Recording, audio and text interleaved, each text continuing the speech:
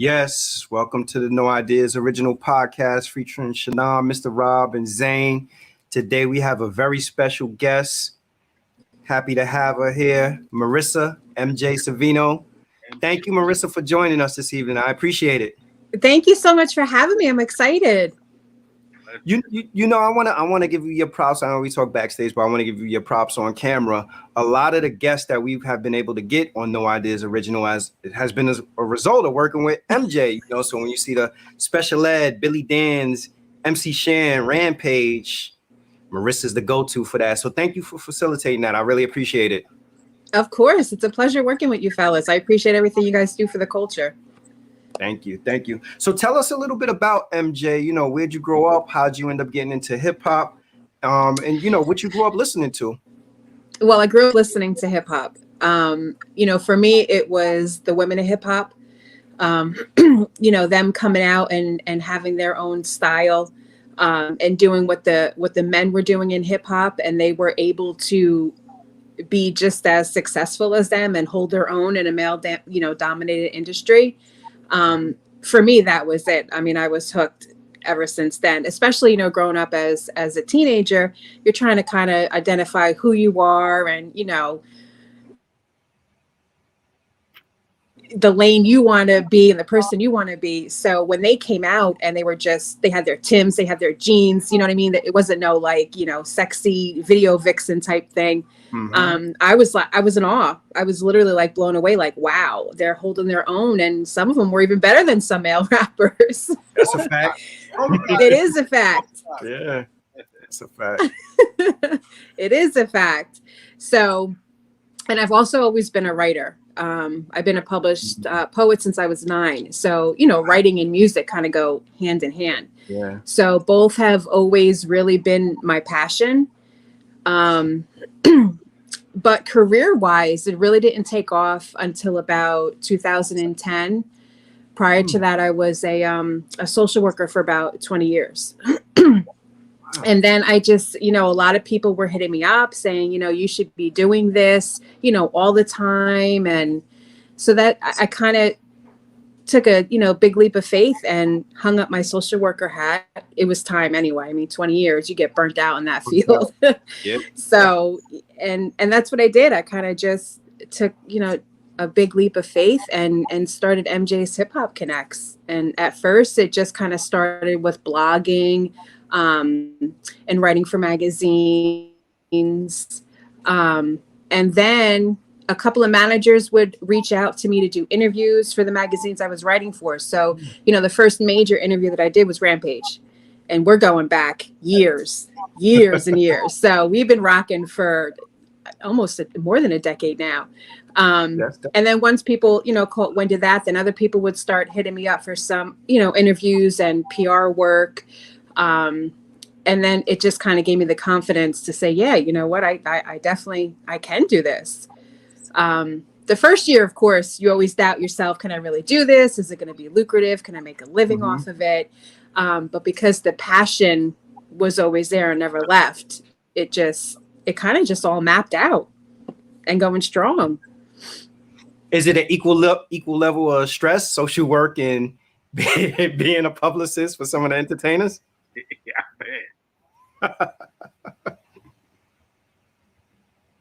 Is it an equal level of stress being a publicist and a social worker? I think we lost your audio, MJ. We lost your audio. You can't hear us either? Can you hear me, Sean?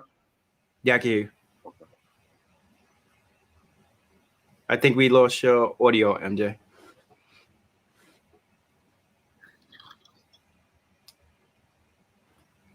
Can you hear us? Shake your head. Yes. Can you hear us? Yes. Can you hear us? She can't hear us. She can't hear us either. She might have to go in and come back out. Yeah. All right. Let's remove her. We're gonna take you out and put you back in. All right, she's go out and come back in. But yes, that's an amazing transition to go from doing social work to being a publicist. Man, talk about I can't say for worse. Worse is not a word, but lost. the, the amount of responsibility, man, just looking up what a publicist is and what they do. And she got some pretty stand-up people that she got in her roster, man. Yeah. So I can imagine all the phone calls and the scheduled interviews and this, that, and the third, just maintaining social media, keeping their brand intact. Yeah. Having to pitch them to companies or other labels, man, forget about it. There you go. We can hear you now. I don't know what happened. Did your phone ring? My phone rang, but I hung up. Oh yeah. For some reason, whenever people answer their phone, I think it mutes them or it switches over. Yeah, we've had that happen to people. But I just declined it though. All right, I won't touch nothing no more. I was saying though, like social work and being a publicist, is it an equal level of stress? Yes, and you know what? They kind of go hand in hand. Definitely because I mean, you can plan out your day with your fancy planner, but nothing is ever going to go that way. You know, you're getting pulled in, 20 different directions. So in terms of like the chaos, absolutely. It also goes hand in hand other ways too. Like when you think about the rewards, especially when you're working with an up and coming artist who really has, no fan base, no platform, is maybe just putting out their first single. You get to be part of that, progression, and you get to be part of their growth, to see the end result. So from prepping somebody for interviews or prepping somebody from an open mic to maybe a year later, and now they're opening up for headliners, Wow. So, and that's the same thing with social work. You're rebonding families, you're helping kids get out of detention centers, a whole bunch of stuff like that. So they definitely go hand in hand. Definitely. It's like you're painting the picture, man. You're reselling the brand. Let me ask you this, and it's funny you mentioned artists. What makes a great artist? What makes a great artist? Well, what doesn't make a great artist is an artist that thinks that they can just get on the mic and that's all they have to do. I think a lot of times now, because technology is taken over everything, that's really the mindset of an artist, where I can just make a hit song and technology will do the rest. But in my professional and personal opinion, because I am always a fan first, we really need to take it back to A&Rs, artist development, boots to the ground. When people are putting stickers and posters and selling music out of their cars, you need to be out on the street. You need to find out who is the hottest DJ in your city and go to every gig they're at, so they can become familiar with you, and vice versa. They'll start playing your music, building relationships. That networking is so important, and they need to know the business. They need to know how to register their music, all of that. It's not just getting on the mic. And it's very crucial too to have a team backing you and knowing the role of everybody on your team, because everyone has different roles: a manager, a booking agent, a publicist. We all have different roles. So that's the first thing I say to artists. It's just not about putting out, getting on the mic and blowing steam in the booth. That's not an artist, Yeah. You gotta do some homework out there, man, because it's tough out there. And look, I just read up what a publicist is, man. Y'all, I would like to know what's your day look like for you?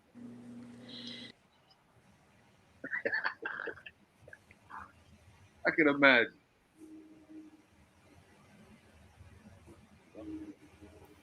I think did maybe the phone ring again?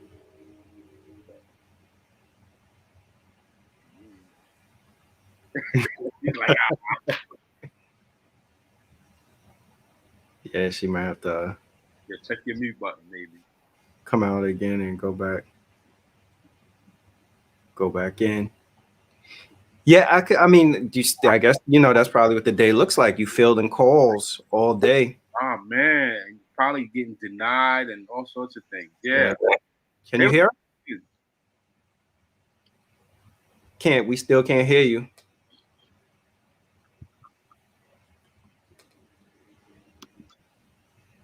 Yeah, we still can't hear you.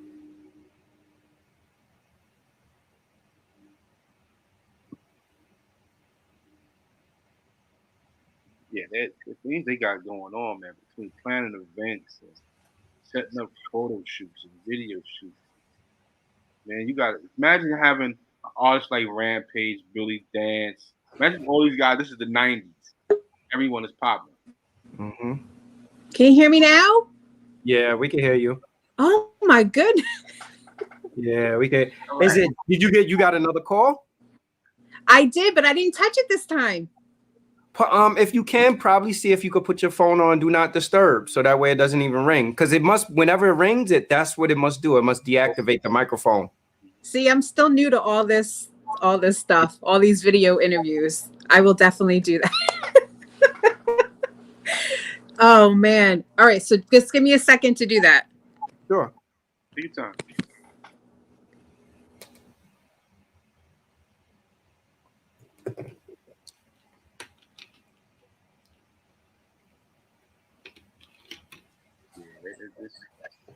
It's a lot in hand, man. He does a lot too. A lot more.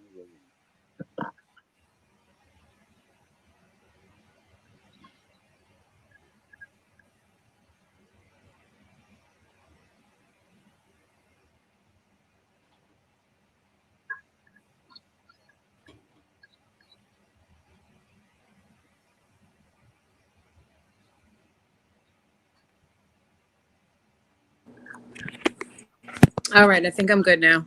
There you go. Oh my God, worst interview ever. No. We have tricks around here. severe technical. Oh my goodness. Rob, what was your question? No, I was saying, as you explained between social work and what you do now, man. What is it like being a publicist daily? Like, what's your daily routine like? Well, it's a lot. I mean, especially when you're, a one-woman army. It's literally from the minute you open your eyes to the minute you close your eyes. So, I have about 15 artists I'm working with just strictly for radio campaigns, each of them at like 10 interviews each. Then I have, people who want blog placements. I have about 15 or 20 people that are, looking to get into the blogs. Then you have album release parties, that you're planning, social media promotion. It's a lot. DJ blasts, EPKs, press releases. And, every artist has their own personalized campaign. So, every day you're kind of doing a little bit of everything. It's never the same. I can say tomorrow, I have my planner out and I can see what I'm going to do tomorrow, but then it's also, we also have Arrested Development. They have their virtual album release party tomorrow. So of course that's going to ride everything else out that I was supposed to do tomorrow. And I hope some of my artists are not listening right now. But we're really excited about that. I just got to throw that in there. It's going to be at 7 p.m. It's June Archer from This Is 50 is hosting it with DJ Chaotic. And we have a lot of the features from the album who are going to be joining us. We have Master Ace. We have Fat Man Scoop is going to be joining us, possibly Big Daddy Kane. Nice. So really excited about that. And that's tomorrow at 7 p.m. Really hyped. And this is actually their first album that they've had equally scaled artists featured on their album. So it's nothing but legendary artists that they brought in on this album. So this is their best one to date thus far. So we're really excited. I hear from the names you just mentioned sound like they may be working on a classic. Yeah, this album is so hot. You'll be getting it. I'm servicing it actually tomorrow. So you guys will definitely have it. I want to ask you, because you mentioned radio. With the advent of streaming services, what's your take on radio? Do you feel like radio still plays a huge role in everything, or absolutely independent radio? Absolutely. Internet radio? Absolutely. And FM radio, I'm not a fan of. I can't even tell you the last time I personally listened to FM radio. But I think honestly, it's a disservice to a lot of the artists. And a lot of times they're focused on, I want to be on, Hot 97 and all these other big stations. But, you're investing $3,000, $4,000, $5,000 to have one track in rotation, possibly up to 30 days. And then after that, it's up to the director to decide if they want to keep it in rotation. Yeah, right. That's $5,000 you can be investing in so many other avenues. And I try to explain to them with internet radio, the reach is phenomenal. Right. I mean, all across the globe, domestically and internationally. And not only that, nowadays, the majority of the internet stations are syndicated on other stations. So if you're my artist and, I get you guys on, your station, and let's say you're syndicated on 50 other stations, and your one song in one night got 50 spins. How about that? Yeah. So when you break it down like that, they kind of understand it. And I tell them, it's crucial to make sure you're registered with DRT. That way you can see where your spins are going, what location, how many times it's being spun. You'll see that breakdown. In FM, you're not going to see that breakdown. You're just going to pay your money and listen to the radio and hope you hear it. They're not going to tell you, it doesn't work like that. You know what I think that's about? I think that's like almost like with the when major labels, when the switch from major label to independent label, and how people were reluctant to make the switch. And no matter how much you pitch people on, you can make more money being independent.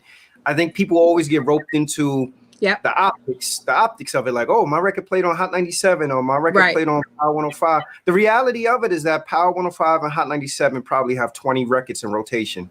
Same 20 songs you may hear all day. So I don't know why people get roped into that other than the optics. Exactly. And that's what it is. That's exactly where it is. So, part of what I do is kind of just, sit them down and break it down, like, simplify it. Like, you're going to be getting paid more if you do the internet route, you know what I mean? Versus FM radio. If you register, if you're licensed, you will see, the money coming in for your music. But, especially with the younger ones, they're just kind of stuck on, I want to be on this, I want to be on that, or hey, I see you work with, Onyx and MLP, and get me on Sway, get me on this. And it's like, pump your brakes a minute. Let's rewind a minute. There's steps to this. And again, that's where A&Rs come in, and that's where artist development comes in. And because we're in this technical world, a lot of that has fallen to wayside, unfortunately. Right. You know what? And shout out, I mean to cut you short, but shout out to UTM Radio. I was banging UTM Radio before we came on too, man. Were you really? What? And the fact that I was liking it so much, they played Flea Guard, which I know Straight Bangers had an artist called Flea Guard on there. They was playing a lot of underground stuff. I I was like, yes, this is radio yes. right here. I'm so excited. They was playing songs. Whoever playlist or DJ was playing songs off of albums. I was like, someone's digging in the crates. They're not just like FM radio. They're not playing the favorite shit. They're not playing what everyone wants to hear. They're playing them joints. I heard Snoop joints, Jay joints. I was like, I never heard that. Yeah. Shout out. Also, not be held to advertisers. Right. That helps. How did you manage with the artists during the shutdown? You know what? Actually, the shutdown was very good for business. I think because, a lot of artists were out of work. So they had more time to put into their craft. So I was extremely busy during the shutdown. And, I really didn't think I was going to be, I was kind of worried for a little bit. But no, I mean, some of the artists that I work with put out their best music during the shutdown. It's crazy. It really is. Some of them found, new sounds. Some of them started new endeavors. See Knowledge from Diggable Planets is working on a comic strip. Like everyone just kind of, delved into new, creative juices during the shutdown. So, yeah, it was great for me. Might have been a metaphor for shutting you down. from the rest of the world is to think for yourself for a minute. And Yeah. a lot of good stuff came out of that, man. Absolutely. I'll tell you, it was with the pandemic afforded us the opportunity to have conversations with these people who, you know, if things kept going along the way they were, probably wouldn't have had the time because they were so busy touring and doing other things. So from that standpoint, in that respect, you know, during COVID, the height of COVID, we had the opportunity to have conversations with people who may not have necessarily had the time to do it. And I think that, I don't know if artists interpret it as a way for them to really re-engage their fans or re-engage smaller platforms and things like that. But I saw a lot of that. I saw more lives, Instagram lives with artists than I ever saw prior to COVID. Yes. Yeah, you definitely saw their hunger come out because they were just like, I can't just sit and be stagnant. You know what I mean? I have to use this opportunity somehow. And they were doing, you know, the other major artists were doing the big pay-per-view live events, you know, everybody was just kind of just laying out a new blueprint, you know, so they can stay, you know, with their craft during all this. Right. Give me an example of a successful promotional event you've been a part of. A successful promotional event. Oh, let's see. I would say definitely Arrested Development. Last year we had another album release, virtual album release party, which was really, really a big hit. We have the one tomorrow. I mean, in terms of events, it's more so that I'm doing promotional for the artist, for their projects, for their albums, videos, etc., like that.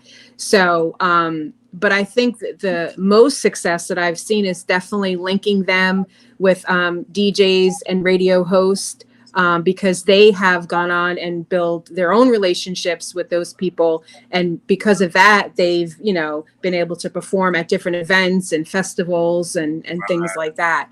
So I've definitely seen the success that way. Like, oh, hey, I linked them and wow, look at what they're doing now. That kind of stuff. Is a speech doing something with Kane?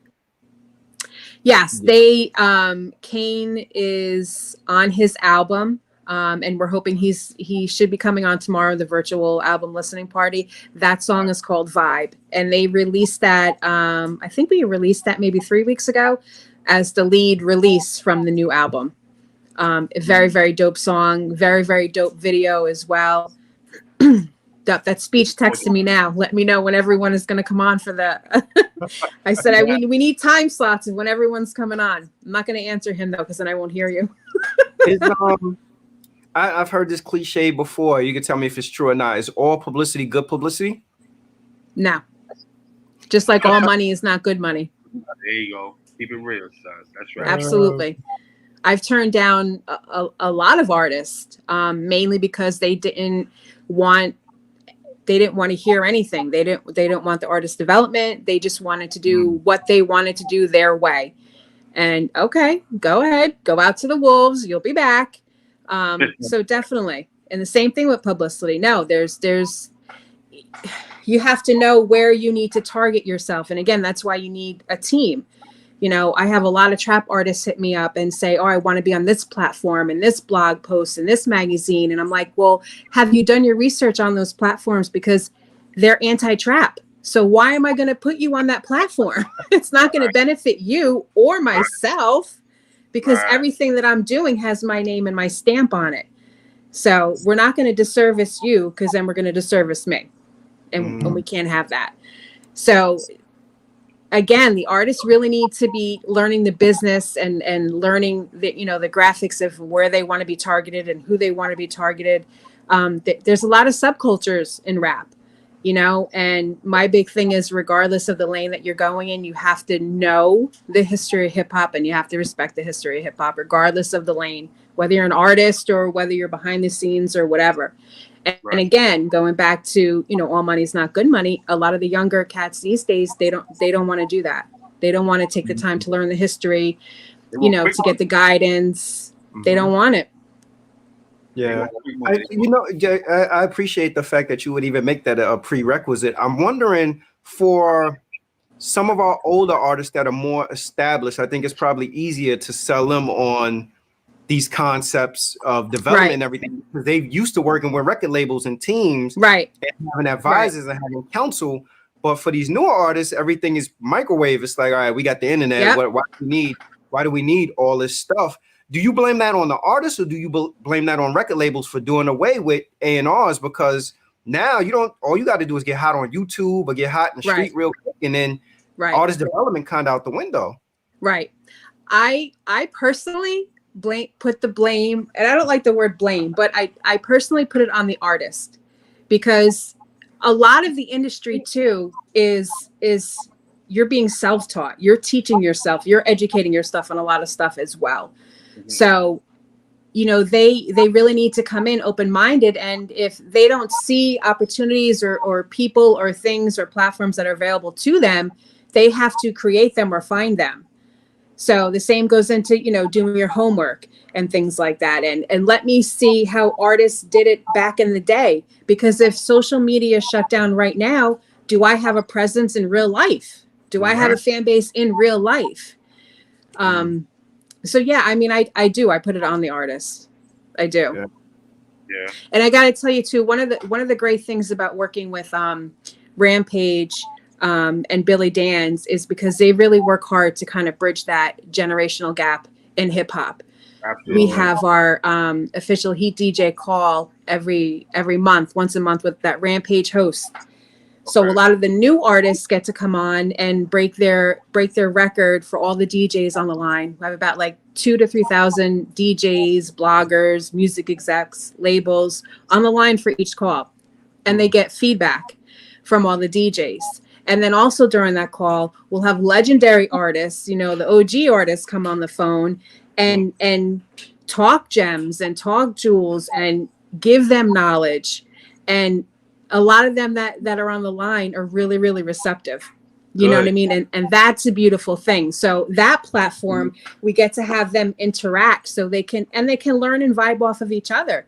Because a lot of the OGs, especially Billy Dan's, a lot of his new music that he's making, he's incorporating a lot of new sounds and innovative sounds into his music. You're still getting Billy Dan's MOP, but he's introducing some of the younger producers, younger artists that are, featured on his tracks.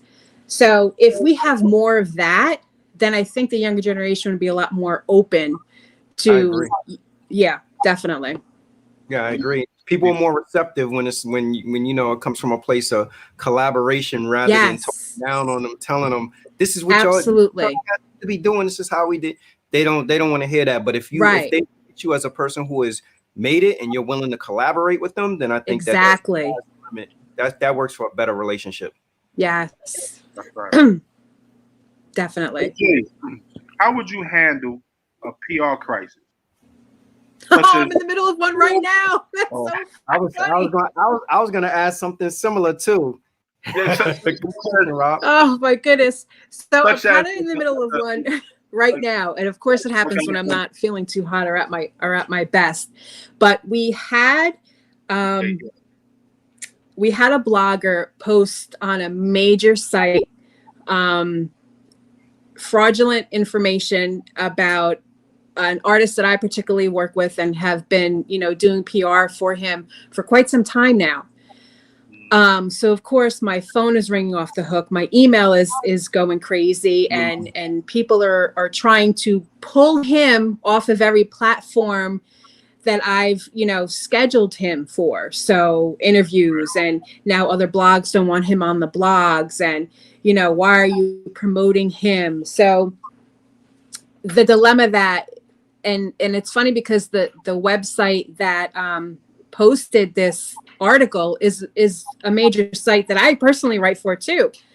Wow. So we're in the middle of having the artist go live, and without being in their emotions or feelings, kind of just objectively, addressing the public and the fans, and giving his side of the story. Right. And really, it's not even a he said, she said thing. It's just, this one wears fake this one has fake streams, but it's just the way that the article was written and the platform that it was on, because major platform, it put us in a little bit of a scare. So, so then I have to stop what I'm doing and reach out to all these, radio hosts and kind of put them at ease that, you can still have them on the show for an interview, et cetera, et cetera. So, a lot of times you do have to put out fires. I don't show those public fires though. I don't put them out in the public. This all happens definitely behind the scenes. But yeah, a lot of fires go out. That's right. That's the social worker and you doing that coaching. Yes. Yeah, Yeah, it's exactly what it is. And you being a writer, I also wanted to know how powerful are the uses of words. Apparently, you just gave a description. Someone to write false information. That's put someone else in the hot seat. But as a writer, tell us how powerful words are to the dialogue. The words and the dialogue is, for me, personally and professionally, is crucial. We want to turn on music. We want to hear music that is gonna, raise our neck hairs and give us chills and make us think and, motivate us all at once. So the artist is going live right now to address the public. So the content has to be something that everyone can grasp and really grip onto and relate to. Real life stories. I'm not a fan of hearing people glorify certain things. However, if you came up from that and now here you are and you flip that and now you're doing something positive from a negative and you're sharing that story with the world, then people can embrace that and be motivated and empowered to do the same thing. Right. So for me, content is very, very important. The lyricism, storytelling. I'm a huge fan of storytelling.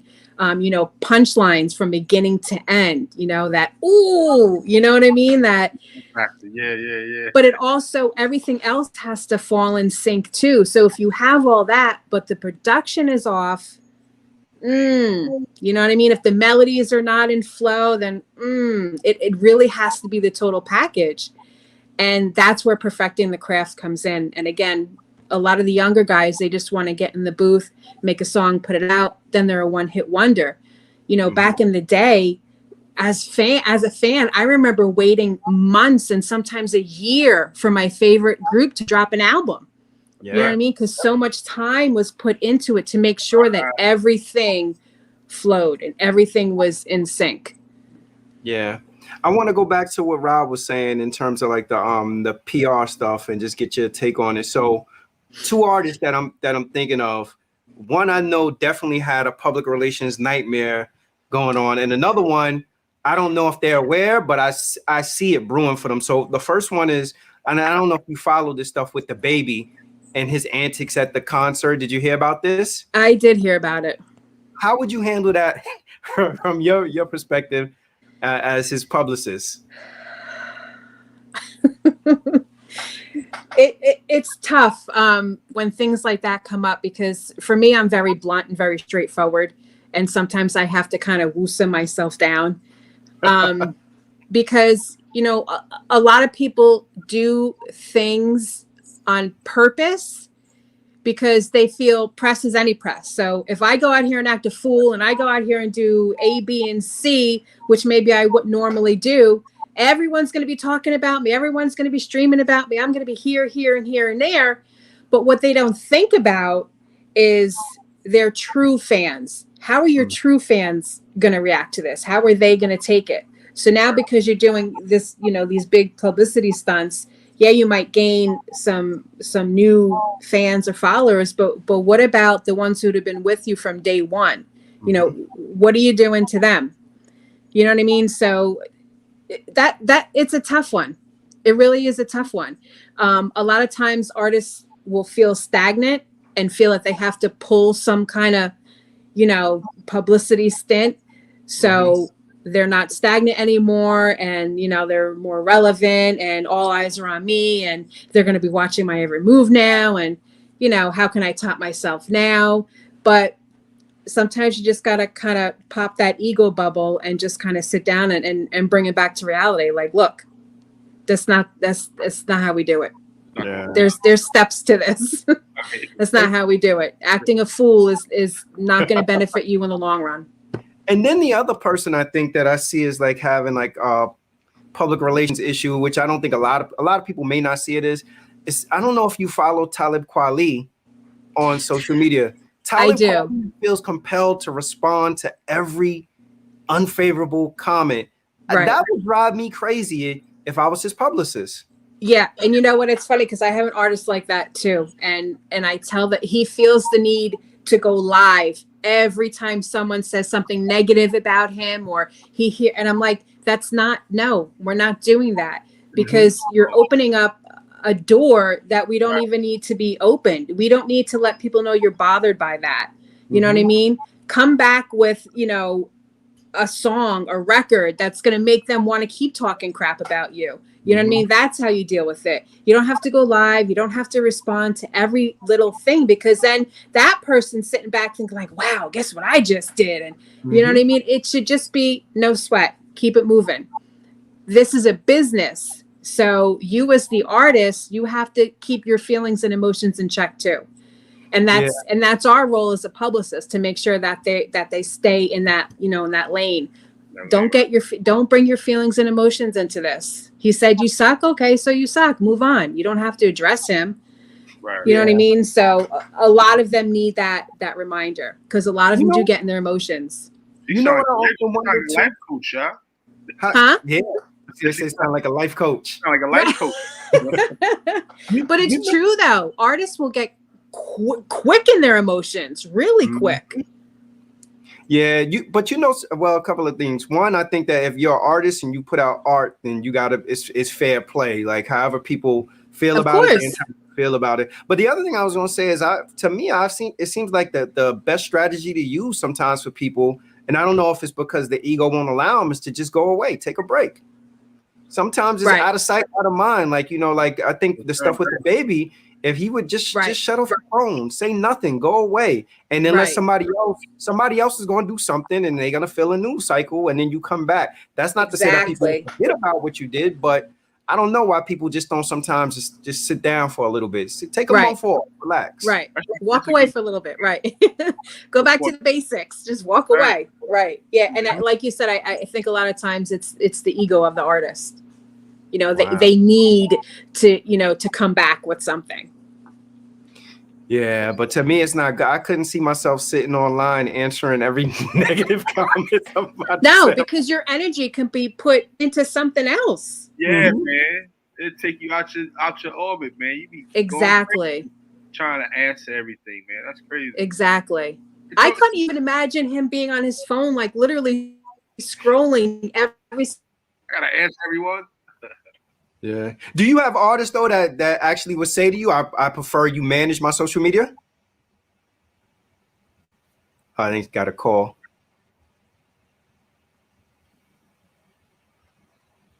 Yeah, I think she got a call. I love Talib Kweli, man. I'm a fan of Talib Kweli's music, but I just think that online I'm a big fan, man. He even blasted back at Kanye. Yeah. Do a video back like, yeah, this is what you had to say then, Kanye. Yeah, I mean, how you call it? Like, I'm a fan of him, but I just think his need to respond to everybody is problematic. Like, you can't respond to every comment that people make. Like that also shows me that you're defensive. You don't feel like you have the ability to take. You got to be able to take criticism. Some people exactly. Where's the security? Like, you're a huge public figure, so now I'm thinking like, where you're not secure in yourself and what you're doing, like. Yeah. That's. Go ahead, Rob. You had a question? Yeah, from a journalist perspective, how different is it being abroad than being here? Like, how's the? Oh man, overseas is incredible. The love for hip hop overseas is just so much different than it is here, and I think the big part of that is it's just everything overseas is unity. Everything is support. Everything is unity. They just love hip hop overall. You know what I mean? They don't nitpick at this artist or the type of music. They are just huge fans of hip hop and embrace everything and every artist. And even if it's maybe music they don't like, they still, share, support, encourage. It's just completely different than it is here. And that's why so many people are touring overseas. Onyx, they stay in Russia. Russia is like, they are so in love with Onyx. Like, that's their home. You know what I mean? United Kingdom is a huge one. Germany, Japan, Yeah, absolutely. It's just a different feel overseas than it is here. They're true to hip hop culture. They are. And I see exactly. My uncle not just moved to London, but he's out there in London. Shout out to Demetrius behind the lens. He's a photographer, and he just did a showcase with DJ Ego, with Khaled's team out there. Yeah, nice event. It turned out real nice. And I was like, yo, man, we can't get that energy out here like that. It's something to be blown up out here, son.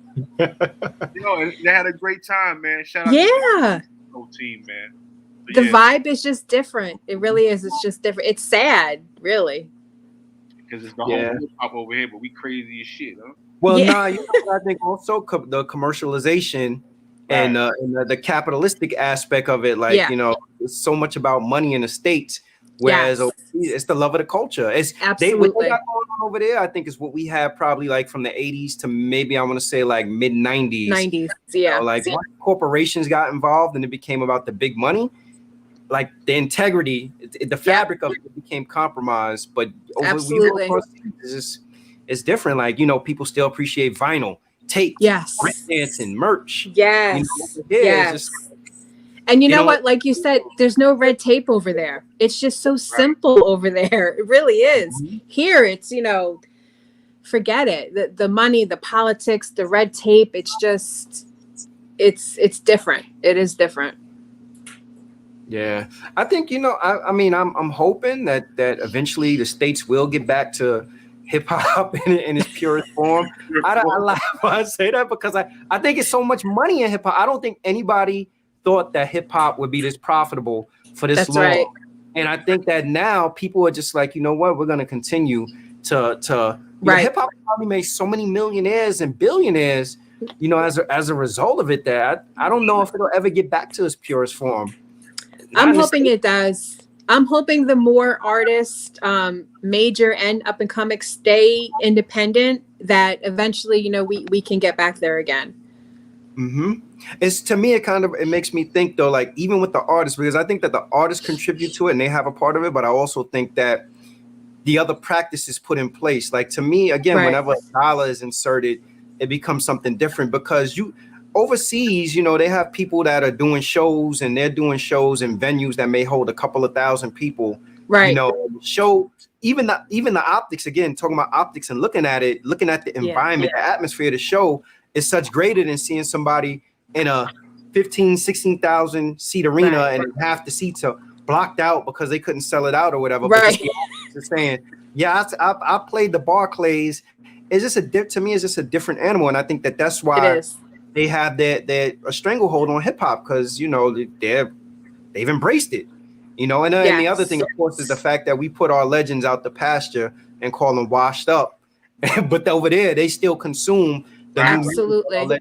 That to me is a big piece of it. Absolutely. You know what? Once the major artists and all our OGs pulled away from the labels and went independent, that's when everyone said, they're washed up. They need to just hang up their hats. They're not doing anything. And it's crazy because they've never stopped. You know what I mean? Lords of the Underground, they're still touring. They've never stopped. Onyx never stopped touring. You know what I mean? They're still putting out new music. It's just that switch is what made everyone say, oh, hip hop's dead. And you know what I mean? And it's crazy because no other genre of music is so focused on age except hip hop. Exactly. And I don't know why. Yep. I mean, you have Ozzy Osbourne on stage with like a cane and like he's getting, bowed down to. I don't get it. I appreciate I appreciate all of my heroes. I say it all the time. I love hearing Sadat X's new album. I love hearing his new album. Grand Puba got a new album. You listen to these guys, it's like, and they still got that same soliloquy, man. You be like, oh, this is beautiful. I love it. You know, I want to give a shout out to Word is Bomb blog, because I went on there and I write for them too. I went on there and I scrolled through and I found out Stretch and Bobito had some unreleased tracks of Meth and Ghost Street. And I took it was a little tree shot. I had a little backdrop. I was like, oh, should I even hear this? Talking about when you traveling, you looking for some I like searching for stuff like that. And to find that was a jewel. Shout out to your team or whoever got going over at Word is Born. That was dope. I like it. Yeah, that's the site you want to go to find like stuff that you're not going to find anywhere else. That was dope. I like that. Yeah. Speaking talking about culture and hip hop culture, Stretch Armstrong and Bobito, like, yeah, they're still going. Yeah, they're still going. Still rocking, man. Yeah. See, that's the stuff though that I think that we got to figure out. Like, how do we embrace? And to me, you know, the consumers, but a lot of the consumers, and I wouldn't even blame it on like the younger generation. I think consumers our age also have turned their back on some of the artists, you know, and it's like what you said, like once they stop associating with the major label, a narrative was created, you know, and I wouldn't be surprised if the label wasn't responsible for creating that narrative. Oh, you know, you're not on Warner Brothers anymore, so you're finished now. The person's washed up. Exactly. You know, and it's but the quality of the music hasn't changed. No, it hasn't. It's still good music. It absolutely is. Billy Dan's last project he put out, The Listening Session, is off the chain. Off the chain. That's a perfect example. Like, you know what I mean? Off the chain. Off the chain. How does if an up and coming artist, if they want to work with you and they want to get your services, how do they, you know, we know how to get in contact with you, but how do they approach you? How do they partner with you to get your services? A lot of times it's word of mouth. So everyone usually kind of will just hit me up either through my website or through social media. A lot of times people come correct. A lot of times people don't come correct. So, you know, it's kind of putting people in their place from the first conversation. But yeah, that's usually how people reach out is, or somebody will refer them to me. But, you know, when you're doing it this long, the best way obviously is word of mouth. Give us an example of not coming correct. You don't have to say the person's name, but what's not coming correct? What this one guy was like, oh, yo, bro, I see you with MOP. I'm trying to get on Sway. That was one. Yo, I was on your Instagram page. I peeped it. What can you do for me? How can you make me famous? You know, stuff like that. And meanwhile, you go to their page and they have like, you know, 12 followers and 3 posts. So things like that, you know, first, don't call me yo, don't call me bro, don't call me sweetie. My name is right there, you know, come correct. Oh man, Salas says you guys have put me on the sites I never heard of to find underground hip hop. I'm glad I tuned in. Appreciate you, Marcellus. Yes, you definitely want to go to the Word is Bond. You definitely want to go to Weekly Rap Gods. You want to go to Boom Bap Nation. That's the spots to go to. Go to Brolic Tunes too, son. Yeah. Yeah, there's the sites out there, the music is out there, and everything. I think we have to continue to promote them and steer people to, you know, because again, like I think that the commercialization and capitalism has really shifted hip hop to a whole nother place. Yeah. I want to ask you this also. So you tell us about new and up and coming artists that you may be working with that we should be checking for. Because one person I believe you rep that I really like is, I think you got Son of Tony also, right? I did. I was working with him for a little bit. He's dope. He's really, really dope. He's refreshing. It's refreshing to the ears when you listen to him. It really is. Vibe, kinda. Yeah, definitely. He's dope. Also, let's see. Well, some of them are established and seasoned. GQ is a dope artist, but he's not really up and coming. These are kind of, I'm looking at my list as I'm talking. Yeah, these are like, they've already in the game. We have Jay Waiters from Texas. He's a really dope R&B singer, but he has a lot of hip hop artists that, you know, are featured on his tracks. So you get that the rhymes and the vocals mix. It's beautiful, Nice. beautiful music. Blast him out. Shout him out. Shout so him out, MJ. I just did. Who was I just talking about? Yeah, Jay Waiters, and he's he's out in Texas. Shout out to him. Soul Rack. I don't know if I hooked you guys up with Soul Rack, but he's the boom bap king. Adult contemporary hip hop artist, true to the culture. The content is there. Everything is conscious, thought provoking, incredible artist. He's in Florida. But he literally, I mean, if you are boom bap, you know, the lyrics, the content, the storytelling, the wordplay, that's your artist that you want to go to, Soul Rack. And he has a dope track out now called History, which is kind of about him coming up and everything he's been through and wanting to kind of reverse that so he can give better to his son. So his son is not, you know, walking in the steps that he walked in. It's a really dope track. Nice. We got Pop the Brown Hornet. He's definitely not up and coming. He's a very seasoned artist. He is like Mr. Staten Island. Yeah, Staten Island, Pop the Brown Hornet. He's got a new track out, something spicy for the ladies called Touchy Feely. That's a dope track too. And he actually just sent me some new music today. So that's going to be dope. There's so many. Nina Ladine, she's a very soulful R&B artist, beautiful voice.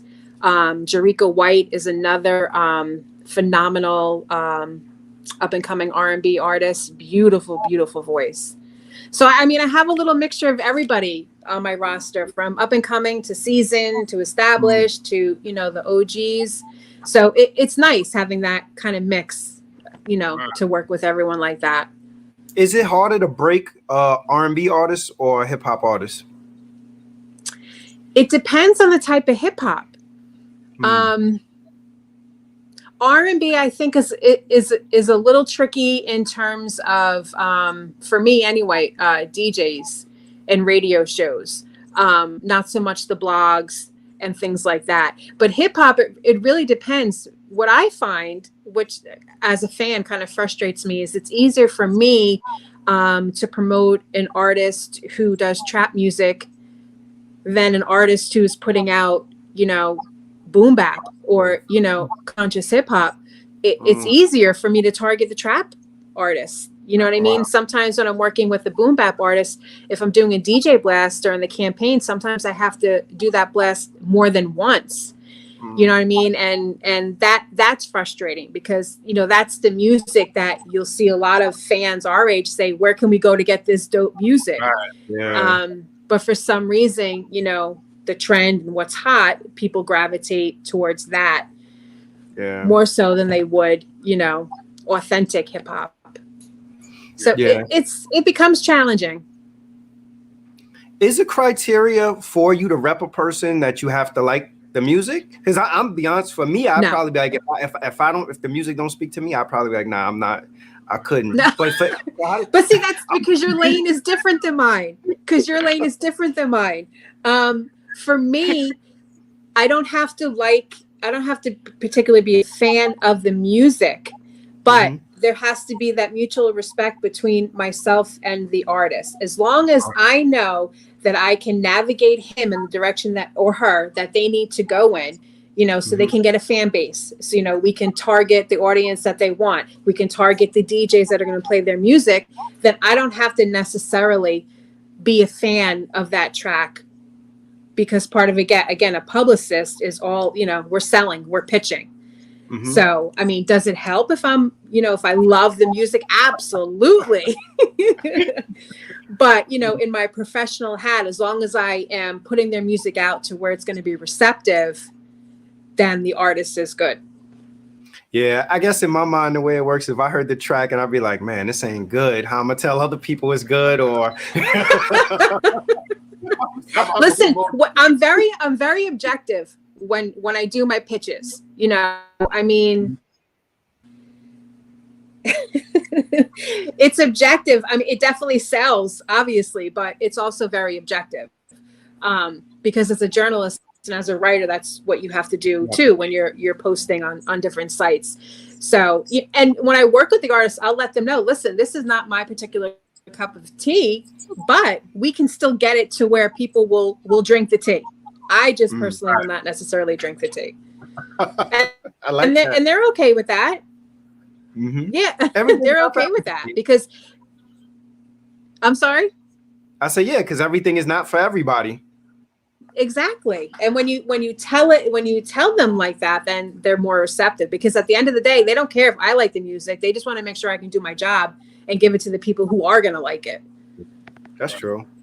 Have you ever found yourself in a position where you like really had to convince an artist to come on a platform and they were opposed to it? You had to sell them on it, and then when they finally got on it and did whatever the interview or whatever it was, they came back to you and was like, "Man, thank you for convincing me to do this." Yes. Yes. One particular artist who is gets in their feelings a lot. So they already knew of the podcast. So they were already aware of, some of the questions. Sometimes they like to dig, into personal stuff and things like that. And this particular artist is not really comfortable with that. So it did take a lot of coaching, and listen, this is how you redirect a question if you really don't want to answer it. This is how you redirect them. I just want to talk about my album. I don't particularly want to talk about that. This is what I'm promoting. You know what I mean? So it kind of took a lot of coaching. And then after he did the interview, he was like, "Oh, wow, I'm so glad I did that. I felt like I was in control. I didn't let them, manipulate the interview." So yeah. Definitely. And because that was a major interview. So I really didn't want this artist to miss it, because it definitely it opened more doors for him after he did the interview. Nice. So what's the toughest part of what you do, or the most difficult part of what you do?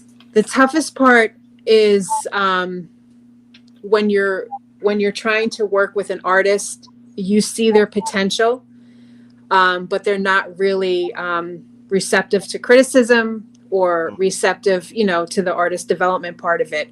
That's definitely the most challenging, and then you make a decision. Do, I keep trying to plug away at this artist, or do I just kind of, let them go and, learn for themselves? That's the biggest challenge. Definitely. What's something that you think a company fails to understand about a social media? I'm sorry. Really? I said, what is something you think a company fails to understand about social media marketing? One more time, because I can't hear nothing on my end. What's something that you think a company fails to understand about social media marketing? About what companies fail to realize? Yeah.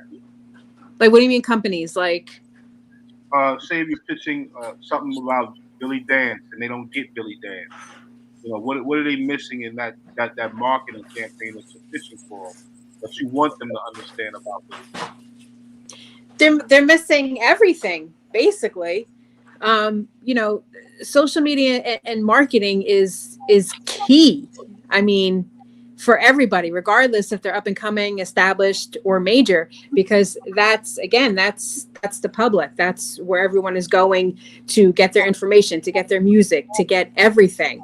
So if that's not there, and if it's not consistent, no one's going to pick it up. Right. Have you had the experience of having to actually handle artist social media, like run an artist? Yeah. How was that for you? That's funny, because one of them in particular I had to stop, because he was a young R&B artist. Phenomenal artist. I mean, this guy, probably 19 or 20, but his music was incredible. Like, really took people back to like the old R&B days. And for someone so young to do it is incredible. So you can imagine the females that were in this artist's DMs was off the hook. Now, I never go into the messages. I just go in and post and schedule their post. But because I had access to it, my phone is now dinging off the hook with all these notifications of these females in his DM. So I was like, look, I can't do it. I cannot manage your page. Absolutely not. I can't do it. Wow. It was, I mean, it was insane. It was insane. Yeah, I would imagine that would be difficult. Like even just running somebody else's social media would be a lot. It is a lot because again, it's just the notifications going off, and you know, I don't do it for the long haul. It's usually just to get them up, to get the platform seen, to build their fan base, to get their numbers up, you know, and then they kind of learn what I'm doing, and then they take it over. But him, I had to cut short. Yeah, Rob. No, I was gonna say, man, I went on Hip Hop Connex, and upon opening it, I loved the poster of UMC, and I just went. It took me right back to high school for one to grow on, son. Mm-hmm. My favorite joint. But you know what missed me? I didn't know these dudes were starting out. Why did I miss? You didn't know UMC's? I probably forgot. Come on, this is high school. These guys is rocking. Wow. Didn't I have Haj G on your show? Nah, we have to set that up though. Nah, I thought I had him on your show. Get on here, man. Yeah. Yeah, we can set that up immediately. Definitely. Yeah, they have a new documentary coming out called what's it called? I just did the write about it for the trailer. The UMC Staten Island's Forgotten Sons. That's what it is. And it kind of goes into, you know, their story from, you know, how they came up, you know, the first hip hop group out of Staten Island, the first hip hop group on Soul Train, the first hip hop group from Staten Island to have 2 number 1s on the billboards. Yeah, it's dope. It's dope. And remember too, Martin had the Fruits of Nature poster on the wall in the living room on the set. Yeah, so that documentary should be coming out sometime in the new year. They just finished the trailer for it. It's really dope. Yeah. It was funny because in the trailer, will.i.am was like, I grew up with these dudes. I'm like, yeah, me too, son. Yeah, I could see will.i.am and I could totally see will.i.am and UMC's. Like that was that. I don't know if either one of you had a chance to see it yet. Did you see the Video Music Box documentary? Yes, I did. No. The Video Music Box documentary, very, very well done. That to me was hip hop. That took me back and made me think about running home from school to get home in time by 3:30 to turn on Video Music Box. And one of the videos I would always see C's on there. I used to run home to record that, son. Press play, press record on the VCR, bro. Yeah. I think Video Music Box is more like a East Coast thing, because on the West Coast they had the box where you could call in, you could record songs like Uncle Ralph is definitely East Coast. Mm-hmm. He's definitely East Coast. Yep, still doing it. Still rocking out, yo. Still rocking. Well, MJ, I appreciate you taking time to link up with us. Me too. Anything you want to promote or give out any information as it pertains to any one of your artists, please feel free. Anything you got going on? Definitely. The main thing definitely is to tune in tomorrow. I'll be posting a link for the album release party of Arrested Development, their new album. Again, this is the first album that they have, equally scaled heavy hitters on the album. Big Daddy Kane, Master Ace, Freddie Fox, Moni Love. Everybody's on it. So that's at 7 p.m. hosted by June Archer of This Is 50 with DJ Chaotic. It's gonna be dope. For any music and news of any artist that I work with, you can just go to my Instagram page, Facebook, Twitter. Everything is MJ's Hip Hop Connex, EX, across the board, everywhere. Thank you. Thanks. Or you again, can just MJ. Google me. You can find me that way too. Social worker / publicist, MJ from MJ's Hip Hop Connex. Peace, everybody. Thank you for tuning in tonight. Thank you, gentlemen. Take care. God bless you.